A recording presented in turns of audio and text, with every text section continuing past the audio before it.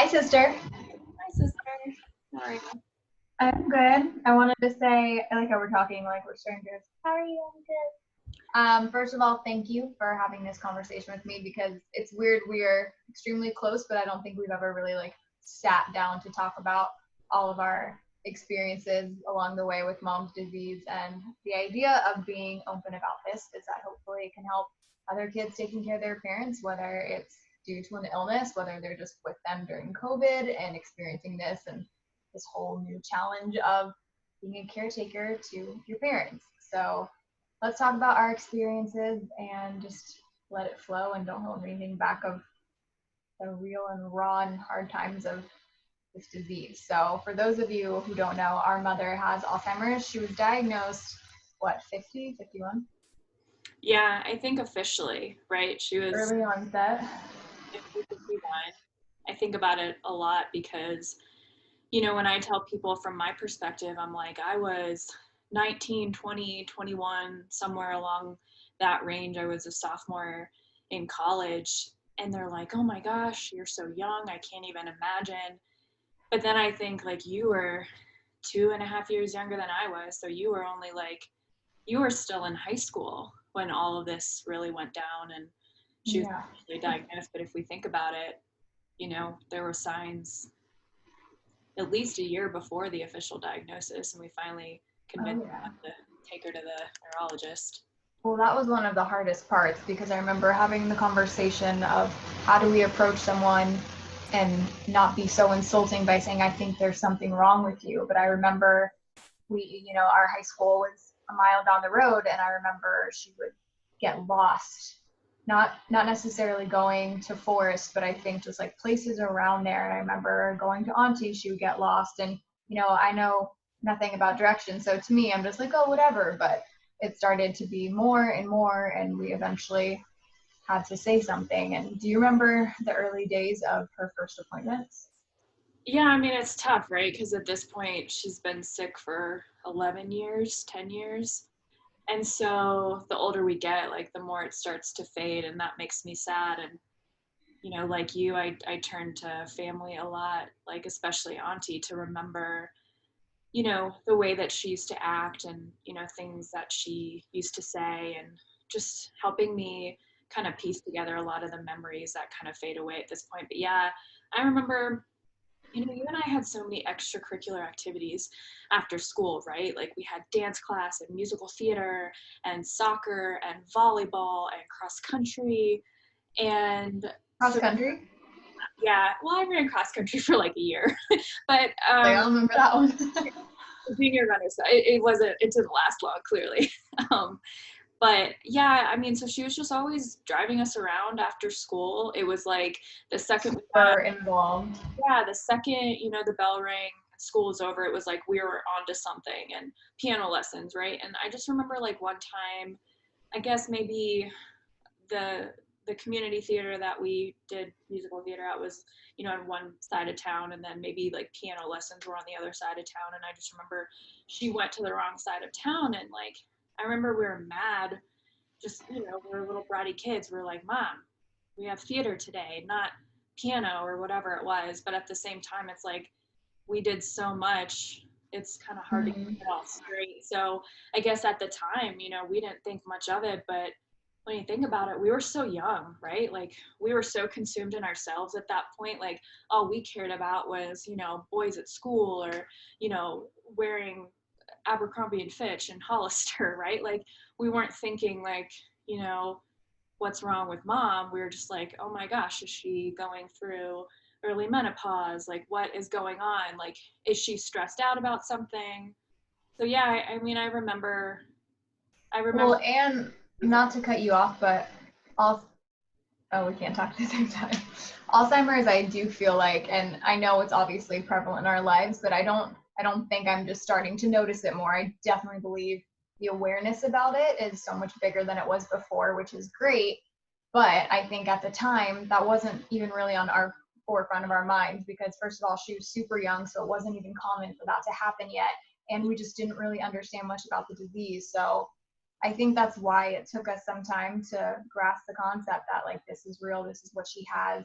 And I remember those were some of the hardest conversations because she could feel herself deteriorating, and mom was always the glue. I mean, glue's not even a strong enough word. She was like the foundation of our lives and our everyday schedules, like you just said. So for her not to have that control, I think, was one of the scariest things. And mom was one of those people that was meant to be a mother. So to feel like she was letting down her kids, I remember crying with her, and she would just cry, and I obviously would get really upset too, but I would just hold her, and she would say that I feel like I'm failing you guys and letting you down.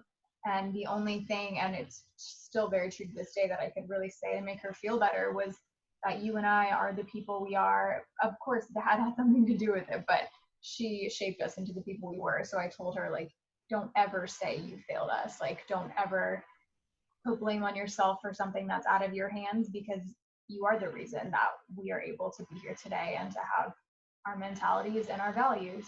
Yeah. Well, and then just to kind of take it a step back too, like you mentioned, we hadn't really had a ton of exposure to it. I mean, I remember even like up until when she was diagnosed, like, like many people would, kind of joke, and, you were young and it wasn't like, you know, anything that you would have like necessarily known better, but, you used to call it Alzheimer's. And our I first did. Yeah, you did. But I mean, I feel like any young kid who doesn't know the official name for it, it sounds like Alzheimer's, and I think Yeah, I people, don't even remember that at all. I think as a society, like people would kind of use that term. But our first exposure to it, our first real exposure to it in our lives was dad's father, right? And he It's was like 90. he was much older, and the only real exposure I had to it was visiting him at the nursing home. It was the last time I saw him, actually. And he was able to point to the presidents that they had on the wall in the nursing home, but he didn't recognize me. And I remember thinking in that moment, I was 16 or 17 when grandma and grandpa, like, respectively passed. And I remember thinking to myself, like, how can someone that has known you for years and years not know who you are? And I like ran to the restroom and just like bawled my eyes out. And that was like the first exposure I had to it. And then he passed shortly after that, right? So with mom, she was like late 40s and then early 50s when, the official diagnosis came. And I just remember being in such denial because, we've talked about this so many times. Like, you could go back and think, what could have possibly caused this? Because how many times have you and I run through, like, she was socially active, she was physically active, she was a librarian. So she was like always reading and always keeping her mind active. And, she just did Super healthy. all the right things. Yeah. But then, you kind of look back and you're like, well, I just feel like there are so many studies and articles that you could read. There's just an abundance of information out there. And you're like, well, she drank diet soda. Like, what about the aspartame in diet soda? Like, that's been, linked to brain cancer. And, what about the aluminum in deodorant? Like, that's, so it's just like, I don't think it's any one thing. And I think that is the reason why we don't have a cure for Alzheimer's, because we don't know what causes it, because no two people are alike. You have to look at things like their lifestyle and any kind of medications that they may have taken in their lifetime or been given in the hospital, and how those things mix with the lifestyle. So I remember people would make comments a lot like, oh wow, your mom's so young, like how'd she get it? What do you think happened? And I know they didn't mean it to be malicious, but I wanted to deck them like, oh, let me just figure it out. I don't know. Like, it was really hard to keep my cool and not just get really upset. And something I definitely struggled with in the beginning was when she would forget things, I would get really irritated. And when I would repeat myself, I'd be like, Mom, I just told you. And I could hear myself coming off like a bitch. And I'm like, Haley, you can't be that way. She can't control it. But I think it was just you and I express our emotions differently. And it's weird because I'm not really a confrontational person, but sometimes unfortunately, when it comes to hardships in the people I'm closest to, I think sometimes I express my sadness with anger. So I was, I was really mad for a long time, and I took it out towards her, and then I would feel so bad afterwards. But then I would do it the next time she would ask me the same question, and that was really hard for me. And I remember do you remember when she did the studies at UF with the neurologist there? I went with her to an appointment, and they put up a diagram of her brain. And that was the first time it really hit me, because I saw that literally a mass of her brain was gone. And so I realized in that moment that I'm getting mad at her for something that is physically not there and that she has no control over. And I think just somehow, I guess I'm a visual person, seeing that, put it into context, and from there I channeled my frustration a little bit better. But it's hard not to get angry when you're just so confused as to why it even happened to someone like her in the first place, and then trying to navigate it. And things got really tough. And I think the scariest things were obviously as it progressed really quickly, we were trying to find the right medication for her, and we were scared. Remember, we would have to put away like the knives, because obviously we didn't think she would want to hurt anyone, but she wasn't herself anymore, and we were scared that what if she got up in the middle of the night and grabbed a knife and tried to hurt someone, like it was really, or running away. Like, what do you remember about those nights, those like Yeah. nights? Well, I mean, I'm listening to what you're saying, and I just want to like address each point that you're making, because I think they're all very important points. But when we were getting angry with her in the beginning, it's like, mom set the bar really, really high, not just for herself, but for us, and what she expected, and she kind of expected, without necessarily like harping on it a lot of times, just greatness and being a good person and being on top of things and being accountable and reliable.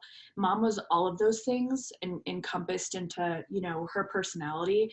And so to go from one end of the spectrum to the other in such, what now feels like a very short amount of time, but back then it felt like more gradual. Like she'd forget how to get to soccer practice, but then like the next day she was leaving the oven on. And I just remember being really grateful that mom and dad had upgraded the kitchen and they got the induction stove, right? So if there wasn't anything sitting on the stove, after a certain amount of seconds it would just turn off. And I remember being so grateful for that, because I just couldn't even imagine.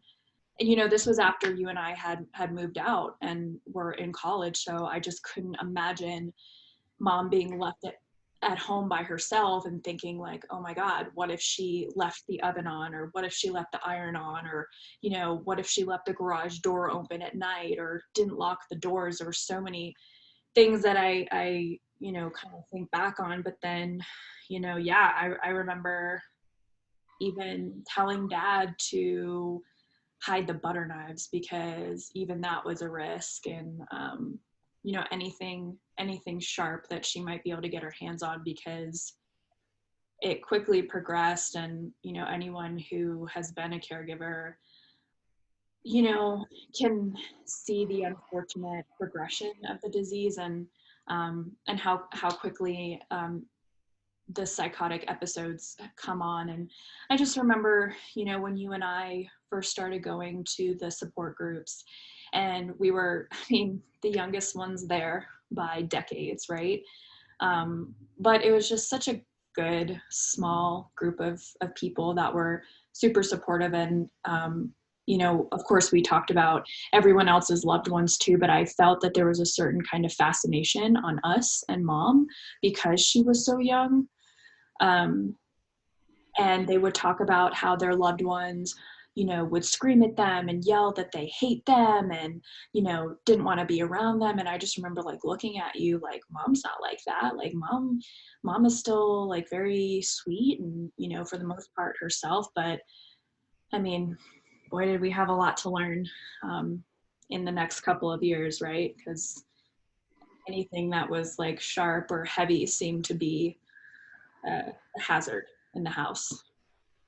And then I think the darkest points were when she was up all throughout the night, and we would almost hear like this demonic sound coming from her, and that was such a scary thing because it was just like, how can you be sitting? It's almost as if the person is on drugs in a sense, because it's like, I see you as the person I know in front of me, but this is not you. And then it's hard for you to act. You just don't know how to act, because on one hand it's like, it's our mom, you have to respect her, but on another hand it's just like, she's out of her mind completely. And I do think that was a lot of just trying to find the right medication for her, and I'm so thankful that we did find it. But yeah, and I remember I've had like only like 2 panic attacks in my life, and I remember the first panic attack I was actually babysitting, and we got a call that mom was missing, and I just like, I couldn't breathe. I just like got so scared, obviously thinking the worst. And I remember I called work saying I was going to come in, and my boss answered, and I couldn't talk. I was just like, my chest was like, felt like thousands of bricks were on me, and I just like, it was a full on, like, I just couldn't talk. And finally I got the words out that mom was missing, and then sure enough we got a call 5 minutes later that she just wandered on over to the neighbor's truck. And thank God it was like, we can laugh now because of course she was just like, oh, I'm gonna go hang out in someone's truck. Like, it was, nothing was dangerous, but it was so scary. And I think that's when we knew it was time to transition, because that's a question, transition to the home, because that's a question a lot of people seem to ask, like, how do you know? And I don't want to abandon them. But for me, it was when it was very clear that her safety was at risk. I just needed her to be safe. Yeah. And I mean, I think we would be remiss not to say that we felt like she should have been in the home much sooner than she was. Um, and, you know, I think that's just a really hard thing for families to um, just agree on and take that next step, right? Because, you know, as kids, we're like, we don't know that mom is safe. Like, you know, dad was still working and traveling, and we had you know, Beverly, her caregiver, with her for a while. May she rest in peace. And yeah, it got really scary. I feel like there was maybe one other time where she got out of the house and walked around the neighborhood. But it's just knowing that this person can't be alone because they are a danger to themselves and others. But, you know, that night, the one that you described where she got out, they remember dad and mom went to Uncle Mark's house, went to dad's brother's house. And so mom at that point really should not have been outside of the confines of her own home where she was comfortable. But, you know, in dad's mind, and I think it makes a lot of sense, is mom's been to her brother-in-law's house so many times. They've lived in that house for how many years? Like, this is not unfamiliar territory, but in mom's mind it was, because she hadn't been there in a while. So they went and spent the night, you know, in Tampa Bay area, a couple hours away from where they lived at the time. And um, I I didn't hear about it until the next morning. I think I was already asleep or my phone was on silent. So, oh my gosh, talk about a panic attack. I woke up and I probably had like 30 missed calls from like everyone in the family, like at least 10 from you, from dad, from our sisters. And Wasn't it like the one time you said you were gonna turn your phone off and like separate, like the one time? I'm like, I'm turning off technology. I don't want to be on my phone. Like, I just want to like read my book and go to bed. Like, that happened. And because of that, it definitely makes me nervous to completely shut my phone off, because I think, you know, something bad could happen. But you know, I woke up and I talked to our cousin Kevin, who you know, is an attorney now, and had talked to the local police station and said, in the middle of the night or at some point early in the morning while everyone was still sleeping, mom wandered out of their house. And thank God she only got as far as the neighbor's truck, and they found her sleeping in there. But, you know, it certainly doesn't do us any good to think, oh, well, what would have happened? What would we have done if she wasn't that close? Or, you know, if she kept walking and, you know, found herself in a horrible situation. You know, there's all these, you know, hypothetical situations we run through in our minds, but thankfully she was found within a short period of time, and she was okay. She was safe. She was asleep. Right. And then Thanksgiving or Christmas, remember in Gainesville, the same thing happened. I think that was the only other time, but we were all hanging out as a family. I think the kids got a trampoline, so we all went outside to go look at their trampoline together. And all of a sudden, where's Cindy? Where's Cindy? And of course, panic takes over. I walked inside for 2 seconds because, you know, there were still people outside. It was hot outside because it's hot as shit in Florida during Christmas time. And I went inside, and yeah, you're right. Like 5-10 minutes later, we get a knock on the door, and the neighbor brought mom over and said that mom came over and got some breakfast with the neighbors. And like, girl, we just ate. What are you doing? I mean, bless her heart. Like, she was such a sweet mother and brought her over. But again, it's like, what if mom didn't go to that neighbor's house? What if we didn't find mom? And it's just like, you feel like you are irresponsible and neglectful in that moment, because in such a short amount of time something like that can happen. But it was literally like less than 5 minutes, and I didn't leave her alone, but because I took my eyes off her, you know. It's like a toddler. It's like a little kid. Like, you have to be with them at all times. And I do want to jump back to support group a little bit, where when we first went to the support groups, I didn't always love it. It was helpful at times, but it's weird. I think of myself as a very open person, but I found that I wanted to be more sheltered sometimes and not talk. But that's what's great about the support group. There's no pressure. So if you want to share, the floor is yours. If not, no one's going to be forcing you to do anything you're not comfortable with. But sometimes, because we were an earlier stage, it would scare me to hear about the future and all of these really traumatic stories, some of them dying, some of them huge fights. But now, because so much time has passed, I'm in this unique position, which I'm sure you can relate to also, where I can give advice to people that are much older than me, and it almost seems weird, but everyone seems very receptive, and I'm never,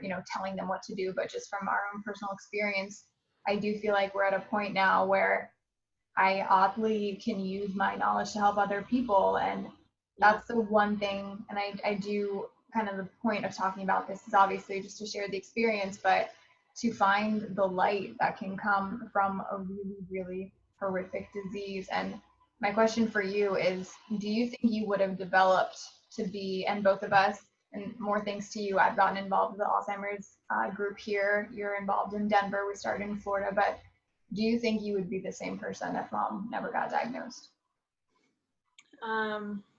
That's such a good question, because I mean, so much of our lives have changed. You and I, we had to grow up real quick, right? Like, that role reversal, that happened for us very early on. You and I had to parent a parent when we were still trying to figure out what the hell we wanted to do with our lives, and what, we were gonna do with about our futures, and we're figuring out still there. Right? Obviously our lives have changed quite a bit. I think because of her illness, it has put much more emphasis behind brain health and mental health and taking care of yourself. And this is something that I work on every single day. Excuse me. It's like, not trying to take things too seriously, and just enjoy the moment and enjoy the present. I think I enjoy the present a lot more now, because you don't know what tomorrow could bring. You don't know what could happen. And just really trying to raise awareness and encourage, friends of mine to take care of their brains. And, I've obviously met a lot of people through the Alzheimer's Association, and for that I'm thankful, because there have been a lot of great relationships and a lot of great opportunities that have come out of that. But at the same time, I think, to your earlier point, we are who we are because she raised us to be this way. I think a lot of my morals are very much intact because of her, regardless of the fact that she's not, mentally present. I think so much of her lives on through us, even though she's not here, right? Like, we can still remember so many of her lessons, and we can still remember the tone of her voice when we did something wrong, right? Like, don't do that. And fresh. Be fresh. Yeah, so I mean, I'm definitely a changed person because of it, and just my appreciation for the little things and awareness of taking care of ourselves and our brains. Um, I but think it also really developed. I mean, we've always been a close family, but we learned that um, we express our emotions very differently. Where it seemed like you, in the beginning, correct me if you disagree, but it seemed like you wore it more on your sleeve. Where I remember one time you got really nervous because you forgot your keys at the gym, and I know it wasn't about the keys. I know you were freaking out because you're like, is this a sign? Oh my God, do I have it? And that's very scary. But I remember having this conversation a lot about the fear of us having it, and it's one of the biggest fears of my life. But then you talk about being present and nothing is guaranteed, and because of that is why I knew that Alzheimer's has already taken mom. I'll be damned if I let it take us because we're scared of getting it.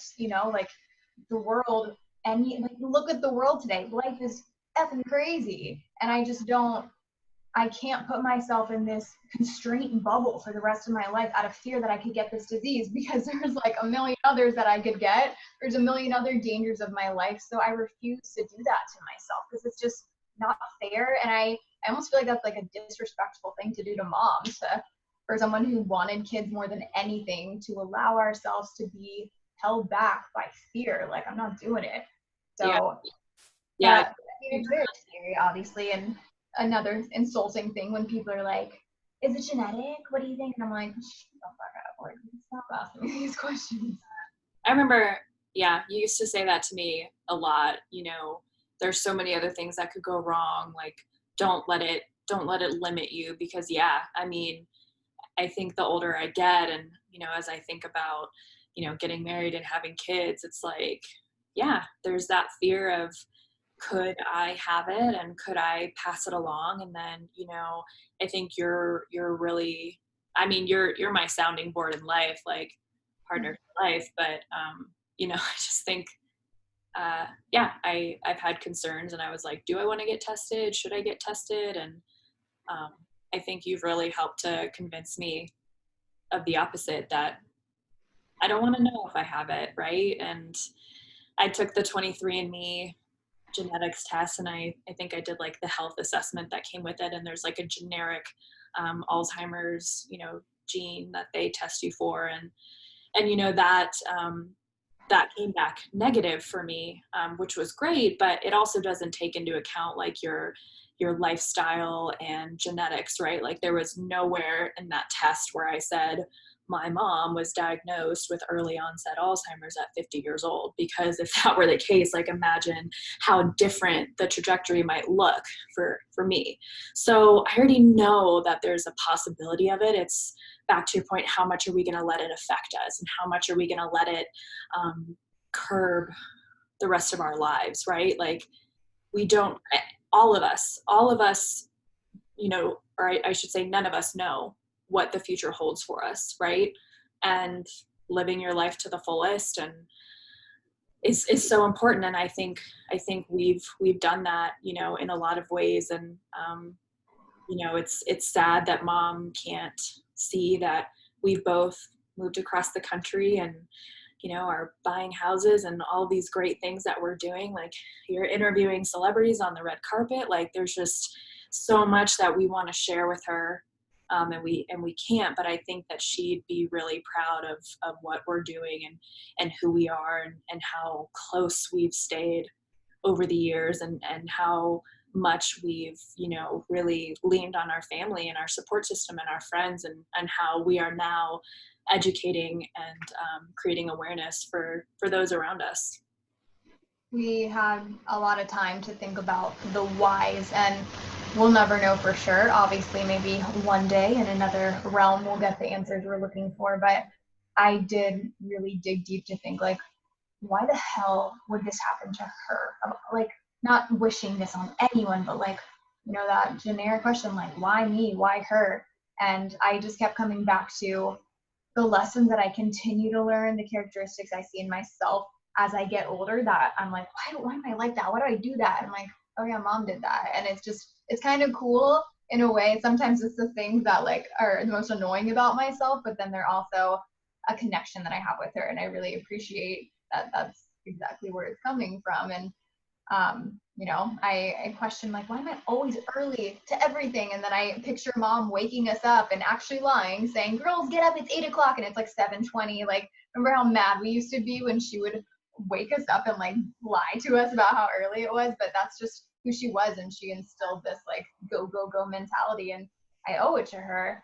And the biggest thing I come back to for comfort is that, like I said before, for someone that wanted children so badly, I don't know if I know I would not be the same person if it wasn't through watching her get sick early and really showing me that life is so short. And the biggest lesson for me, which I want to ask you what your biggest lesson from her so far was too, I remember being in the home with her, and regardless of any mental illness, God forbid we live to be that old, we'll need someone to help us with things like the smallest everyday tasks. We're going to need someone there with us. And I just sat there and I took it all in, and I was thinking, if this is what my future will look like, I'm going to be damned if I waste another second on autopilot, which is how I felt like I was in Florida. I had great bar conversation. I worked for radio. It was cool, but I just didn't feel this fulfillment that I knew that I should be feeling. And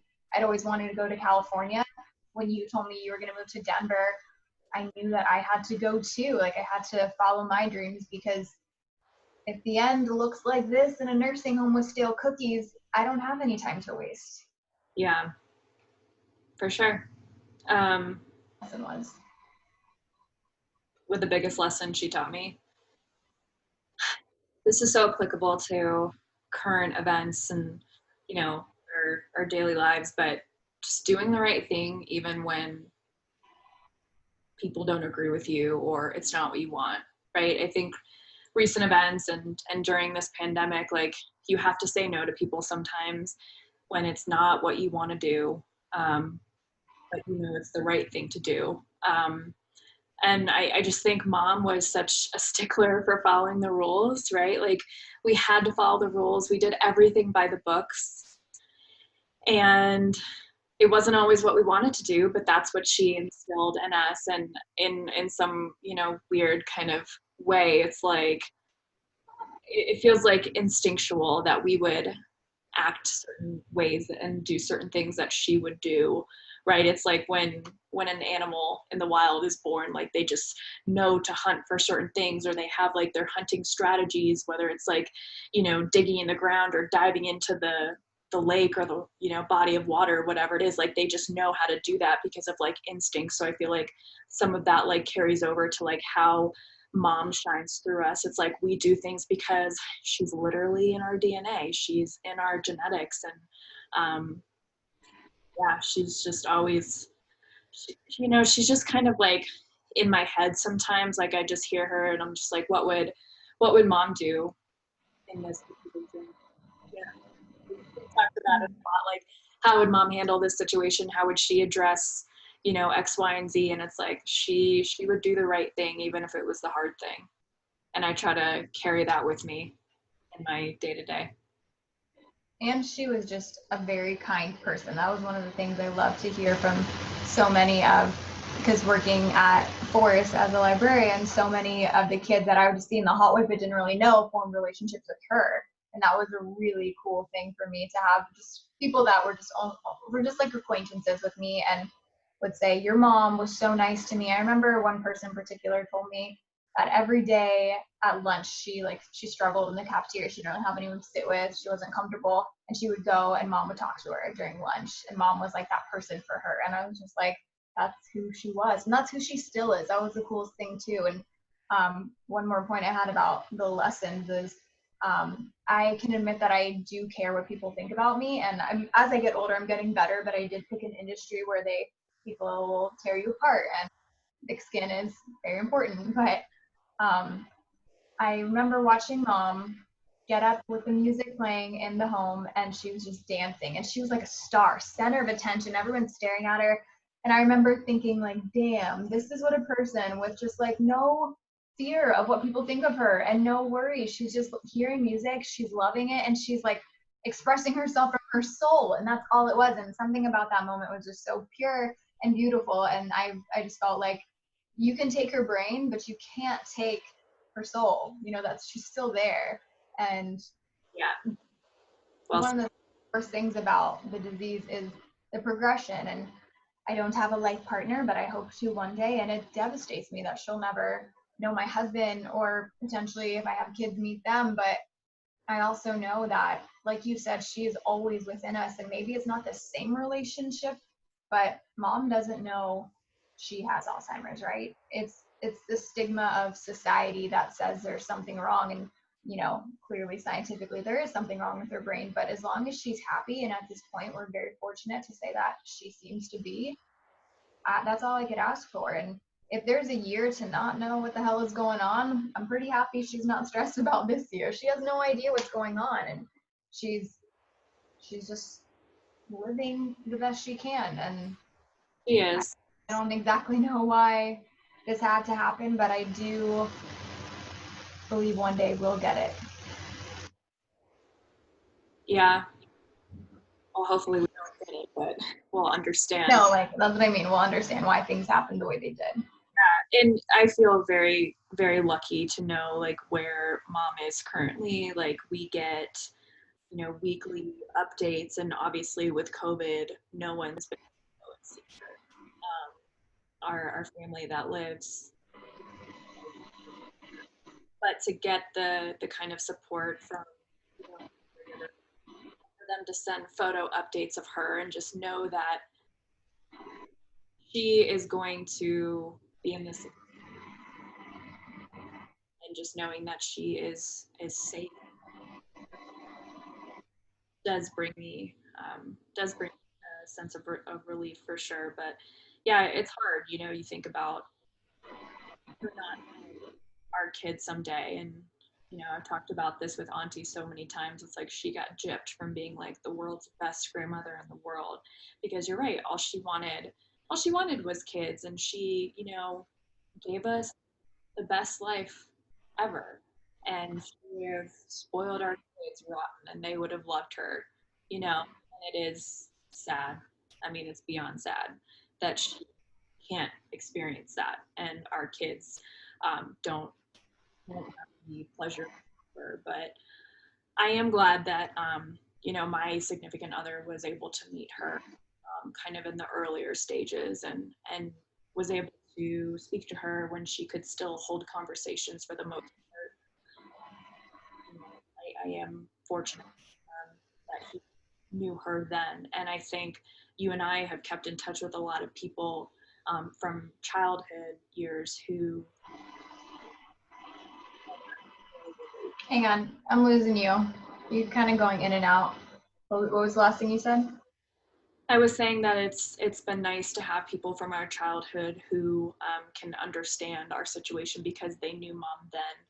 You know, it's hard to talk to people now, like new people. While it's very comforting to talk to people through the Alzheimer's Association and those support groups, like they know what it feels like from their perspective, and they've seen the signs, and they have an understanding of the illness and of the disease. But to talk to people who knew mom back then and knew her personality and her spirit, I think that's also been really comforting to have people to share some of those memories with. Yeah, and just to end this, I don't want it to go too long, but I do want to end with COVID has brought a lot of change to so many of my friends, losing jobs. A lot of people had to move back home, and a lot of people are caring now for their parents that are getting sick. So going through what we've gone through, what's something that you could say to someone who maybe found out their parent? And I've had friends that also had their parents diagnosed and pass away sooner. So it's just such a, you just don't know. Each case is such an individual case, and anything could happen. So what would you tell someone that's taking care of their parents or has lost a parent in any way? Oh man. I mean, if they're taking care of a sick patient and it's something like Alzheimer's, I think, you know, what I would go back, if I could go back and change the way that I acted when mom first got diagnosed, was just to be more patient. right? Mhm. But just understanding that there's such a finite amount of time left with this person with how they are right now, and to understand that if they kind of go in and out of being lucid in those moments where they're not, just understanding that this is not your loved one, this is the disease. Because we were so young, we didn't know. There was no way of knowing what this disease would turn into, and how it would rob us and rob her, right? But being patient and just not taking things that they say when they have those episodes personally is so huge, because we did, and it hurt us because we didn't understand it. Um, that's only speaking to someone whose parent is suffering from memory loss. I don't feel like I can speak to someone who is caring for someone there, but Hang physically. on. What was that? I can hear you just fine. You can't hear me? You're just dipping in and out. I wonder if it's doing it on my end, but I was just saying, I can't speak to what it feels like to have a parent pass away, or have a parent who is suffering from something that is taking them physically, it's affecting like an organ, or some kind of illness, but it's not affecting their brain. I feel like that's hard to speak to, but I mean, I guess I would say just appreciating the short amount of time that you might have left, and being patient, and just being there for that person, and letting them know that you're there for them, and they're not alone, and you're going to be there to support them. You're going to be by their side. And just an anecdote to follow that is, whether someone is sick or not, it's just now more than ever, I think we really need to value relationships. And I'm, working on this too. I can get frustrated with family and say things I don't mean, or friends, but it really is that ultimate lesson of, we have to treat people with respect and kindness, because we do live as if we have endless days, and we think that someone will be there tomorrow. And if we're an asshole today, we'll make up tomorrow. But what if that tomorrow never comes? So I think by seeing mom's life essentially end short because of the disease, it really makes you value that time is precious, and we should all apply that to every single day, regardless if someone is sick or not in your life, because we don't know what's going to happen, and we don't want to have any type of regrets that we didn't treat someone the way we should have treated them. And just one last thing, what's one of your favorite memories of mom? I had to write down some notes because I did too. They came to me when I got high. I just have so many of them. I guess if I had to pick one thing, right? Like there's so many things, but if I had to pick one thing that I miss the most, it's holidays. And every holiday she just went all out. Damn. And Todd gets so mad at me because I've got like all these decorations for the holidays, and he's like, "Why do we need all this stuff?" And I'm like, "You don't understand." But Important. mom would just deck out the entire house every holiday, Halloween, Thanksgiving, Christmas. It's just like Dad would be so annoyed getting stuff from the basement. attic. Yeah, you Oh you yeah. you would know that it's Christmas time, because our house was just lit up from top to bottom, and she would just bake and cook. And mom was not like an iron chef by any means, but like she got real creative, and she was always making like really delicious brownies. And I made one of her recipes the other day that I shared with you, and obviously hers was much better, but it just kind of felt like really nostalgic to at least try, because I'm no chef, but I certainly try to recreate some of the things that she would make, and I think she would have been proud. So if I had to summarize, or if I had to just pick one thing that I miss the most, and like some of my greatest memories, was just holidays with her, because it was just such a big deal to her, and she just made it so special for you and I. Like it was like Christmas morning was like about us, and like, I mean, it's not about us. It's being with family, and you know, she made us feel very, very special every Christmas morning. Even on the Christmas that we got coal, we still woke up. Remember that coal gum? What did we do that year? It was not great. I think we eventually did get some stockings too, but yeah, I mean, Always with the apple at the bottom. that was a lesson early on in just being a good person and being respectful. Getting coal, you're back. I think for me, it would be that as we grew up, as proud as I always was of you, there's a little bit of a competitive nature when it came to getting into plays and singing. And people would come to me all the time and be like, oh my God, your sister's such a better singer than you, like straight up. And I'm like, thanks, guys. Like, no holding back. But I remember being really sad sometimes not getting into the Ocala Civic Theater plays as a little kid. And mom never let me dim my light. When I wanted, she held me when I would cry, and when we went on a cruise and I wouldn't want to get up and sing, she was always the person to say, get on stage, go, do it. And she was always there to believe in me when I didn't believe in myself. And that voice is what really carried me to California. Of course I was scared, but I knew she would tell me to go. I knew she wouldn't hesitate for a second that if it's something I felt like I needed to do and I believed it was a part of my journey, she would tell me to go. So I think she's just that push I need sometimes, and I don't have it myself. We would never let us doubt ourselves. What's that? She would never let us doubt ourselves. She was our biggest cheerleader. She's still my biggest cheerleader in my mind, you know, like my stage presence isn't the same. Obviously, like when you're no longer doing shows like in high school or you're no longer performing in front of people, like I kind of lost that a little bit. And so as I get older, it's like I'm more and more nervous to sing karaoke, and it's like, why? I love karaoke. I love to sing, and mom would be so pissed if she knew how nervous I got sometimes, right? But she never let us. She wouldn't be pissed. She'd be pissed if you let it stop you. She'd be mad you were nervous. Didn't get any of that. Didn't get that. Out for a main stage production, and guess who got the part? It wasn't you or I. Mom got the part because she would laugh at herself. Like she tripped walking on stage audition. I loved it. And mom didn't end up doing that show, and I wish that she did, because she, you know, she was like assistant production or whatever the title was, right? Like she was always involved in some way. She had a human